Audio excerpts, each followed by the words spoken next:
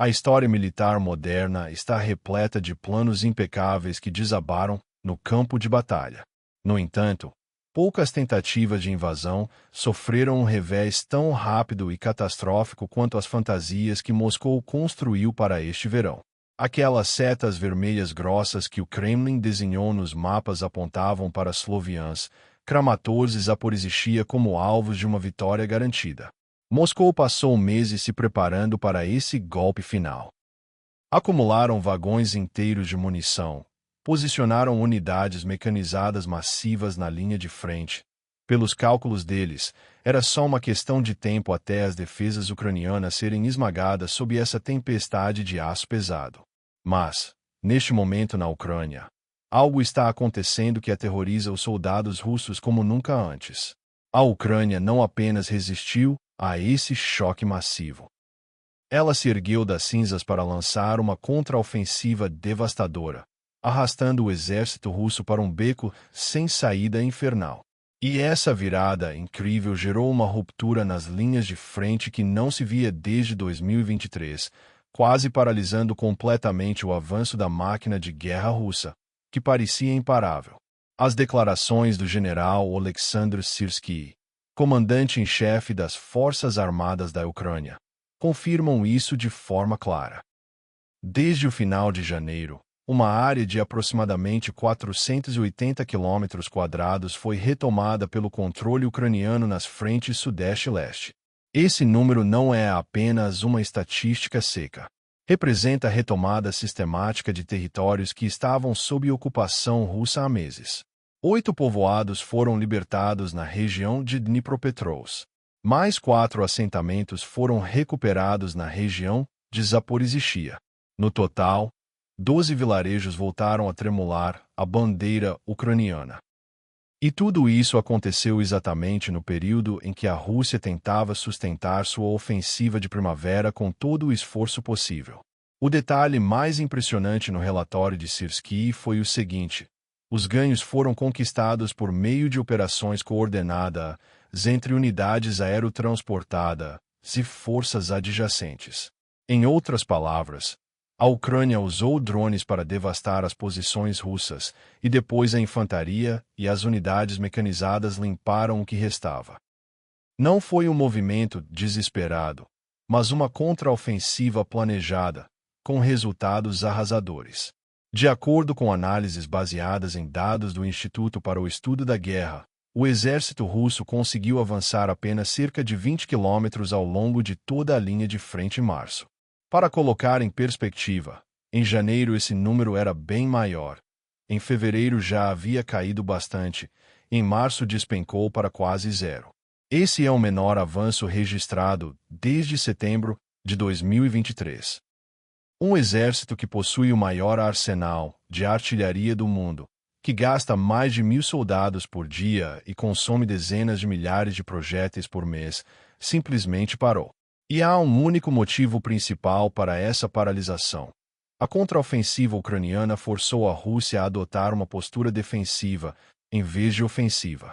O presidente Zelensky avaliou a situação com base em suas próprias informações de inteligência e relatórios de aliados, incluindo o MI6 britânico. Para ele, a situação na frente de batalha é a melhor que a Ucrânia vive em pelo menos 10 meses. As palavras de Zelensky não eram mero otimismo. Elas eram respaldadas por dados concretos. A ofensiva planejada pela Rússia em março foi frustrada pelas ações das Forças Armadas da Ucrânia. O Instituto para o Estudo da Guerra, sediado em Washington, detalhou ainda mais esse quadro.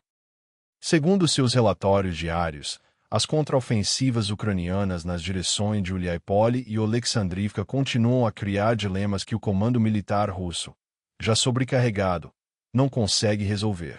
A palavra dilema aqui é fundamental, porque a Rússia está presa entre dois fogos, quer avançar em direção a Sloviansk e Kramatorsk no leste, mas precisa desviar recursos para defender os territórios que está perdendo no sudeste. Essa foi exatamente a estratégia ucraniana. Desviar a Rússia de seus próprios planos ofensivos. E funcionou perfeitamente. Mas ainda não chegamos às partes mais impressionantes da história, porque não são apenas os planos russos que estão desmoronando nas linhas de frente. O moral dos soldados russos também entrou em colapso.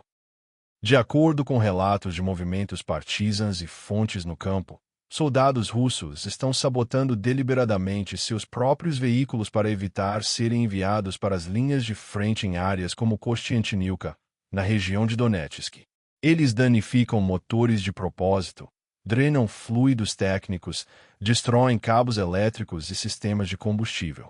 E geralmente fazem isso logo antes das mobilizações. Esses não são casos isolados. Essa prática se tornou comum em unidades como o do 155º Regimento de Fuzileiros Motorizados. Até os comandantes evitam agravar a situação, porque sabem exatamente para onde aqueles soldados estão sendo mandados.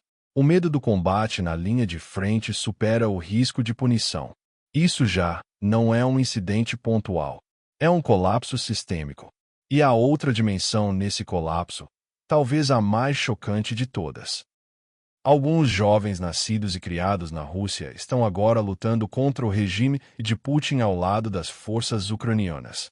Um jovem russo chamado, por exemplo, Alexei, deixou uma vida confortável na Europa para se juntar à Legião da Rússia Livre. Ele tomou essa decisão após os massacres que chocaram o mundo.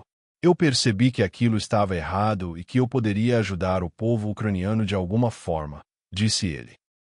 Hoje, atua como especialista em guerra eletrônica, identificando posições russas e repassando informações para os comandantes ucranianos.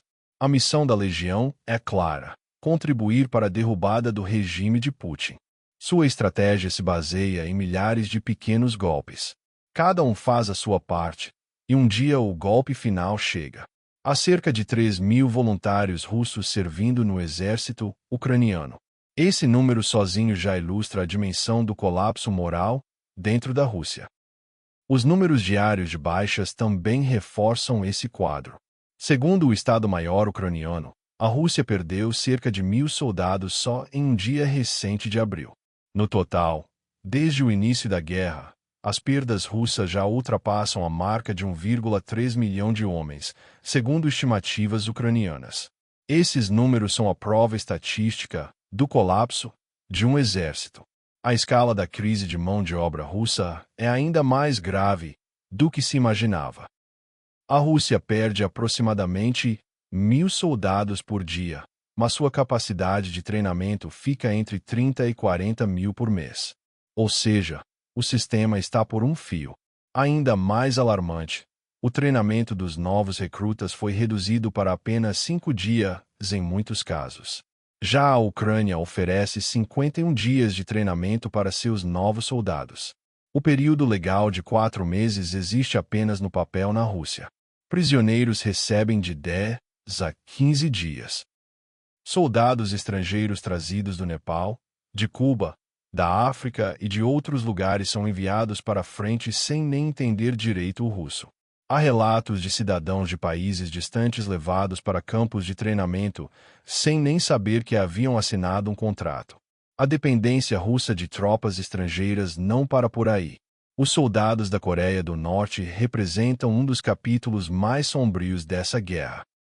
Desde o final de 2024, mais de 14.000 norte-coreanos foram enviados para apoiar Moscou, e o destino deles tem sido trágico. De acordo com dados do Serviço de Inteligência da Coreia do Sul, cerca de 6.000 desses soldados já foram mortos ou feridos. Isso representa quase metade da força enviada. A grande maioria dessas baixas ocorreu em assaltos de infantaria com taxas de perda extremamente altas. Kim Jong-un elogia a heroicidade desses soldados e mandou erguer um monumento em Pyongyang, mas a realidade é que eles estão sendo dizimados nas linhas russas. Mesmo o apoio externo não consegue estancar o sangramento. O sistema de voluntários também está desmoronando. No início de 2026, os bônus de recrutamento chegaram a 3 milhões de rublos, o equivalente a cerca de $30.000. Um aumento de 400% em apenas um ano. Mas o dinheiro parou de funcionar. Já voltaram caixões suficientes para as vilas e cidades russas. As pessoas perceberam que 3 milhões de rublos não servem para nada quando se trata de um filho ou marido morto. O reservatório de recrutas secou. Os números de alistamento caíram cerca de 22% em comparação com o mesmo período de 2025. Os quartéis estão esvaziando. Todos esses indicadores apontam para uma coisa só: os objetivos de Putin para 2026 estão ruindo.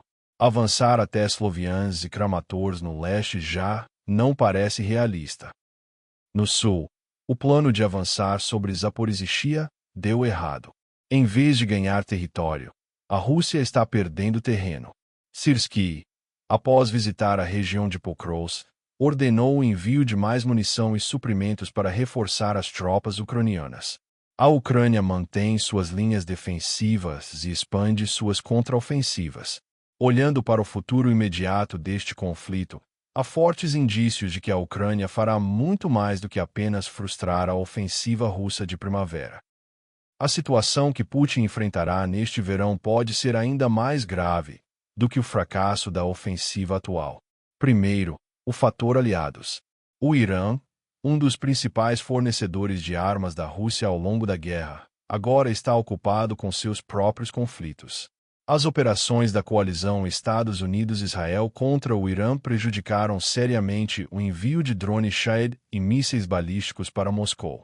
Putin está prestes a perder sua linha de suprimento mais confiável. A queda do Irã é apenas parte do desmantelamento da rede de aliados de Putin. Assad caiu na Síria e Maduro foi enfraquecido na Venezuela. A Rússia não conseguiu oferecer apoio militar significativo a nenhum desses países com quem assinou pactos estratégicos. Isso envia uma mensagem clara aos aliados restantes: a promessa russa de proteção existe só no papel. Os dois grandes parceiros que restam são a China e a Coreia do Norte. Já vimos o que a Coreia do Norte entregou: milhares de soldados e milhões de projéteis de artilharia, mas a um custo altíssimo, com taxa de baixas próxima de 50%. A China, por sua vez, faz outro tipo de cálculo.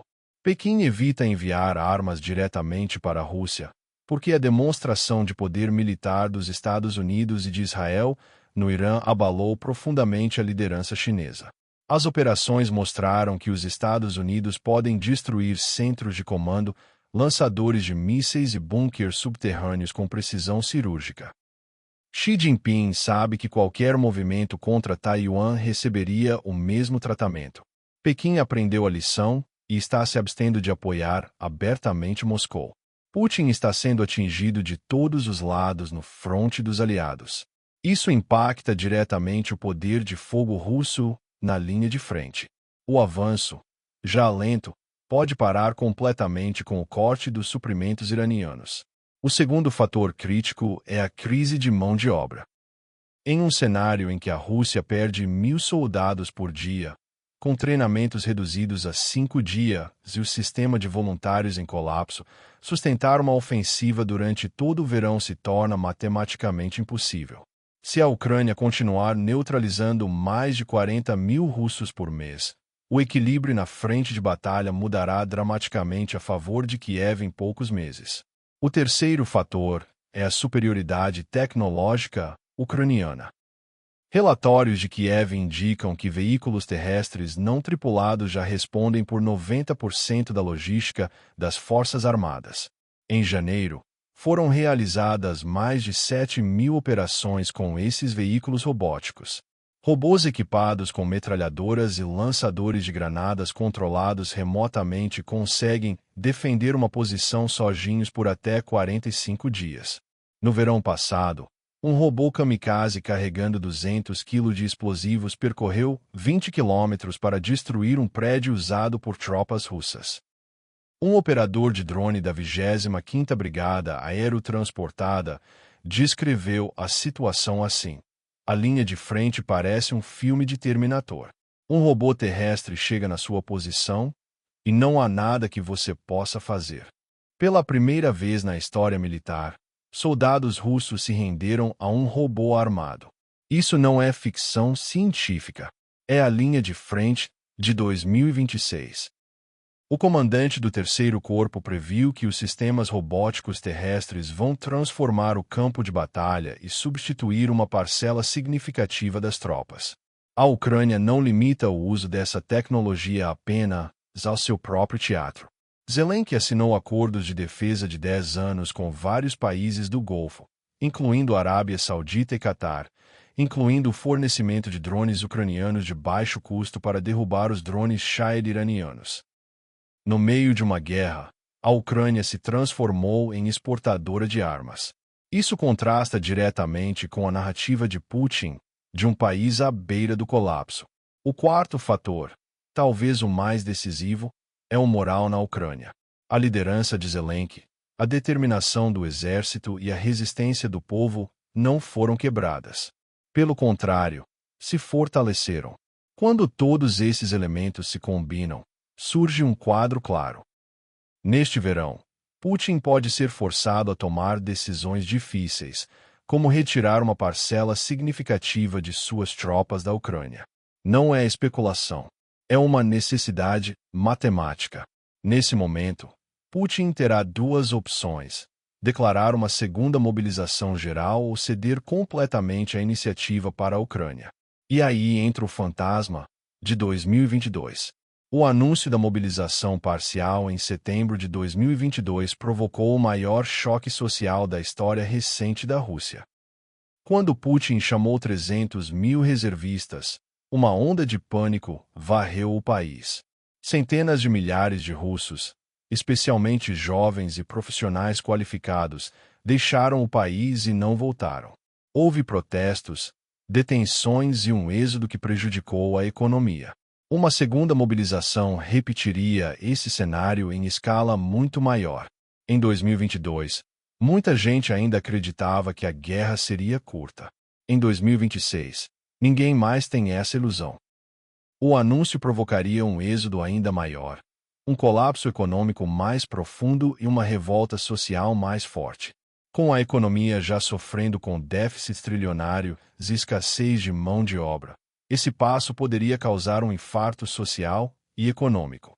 Se a mobilização não for feita, o atual sistema de voluntários caminha para o colapso total. Os dois caminhos levam ao desastre para Putin. E o sinal mais perigoso vem de dentro da própria Rússia. O apoio público à guerra está diminuindo de forma silenciosa, mas constante. Segundo pesquisa do Centro Levada de fevereiro de 2026, o apoio às ações militares na Ucrânia caiu para 72,2%. Ainda mais revelador, um recorde de 67,2% dos entrevistados disse que as negociações de paz deveriam começar. O percentual daqueles que querem que as operações militares continuem despencou para 24,3%, o menor desde que a pergunta começou a ser feita. É claro que essas pesquisas precisam ser lidas com cautela, devido às restrições à liberdade de expressão, à criminalização do discurso anti-guerra e ao controle estatal da mídia. Mas a tendência é evidente. O apoio está caindo, o cansaço da guerra está crescendo e a demanda por paz está se fortalecendo. Putin não tem mais meios para conter essa maré. A grande questão é por quanto tempo o Kremlin conseguirá administrar essa contradição. Um bônus de 3 milhões de rublos já não convence ninguém. Nas próximas semanas, todos os olhares vão se voltar para essa frente, porque a contraofensiva ucraniana não é apenas sobre ganhos territoriais. É a prova de que a máquina de guerra de Putin atingiu seus limites mecânicos, humanos e políticos. E uma vez que esses limites são ultrapassados, não há mais volta.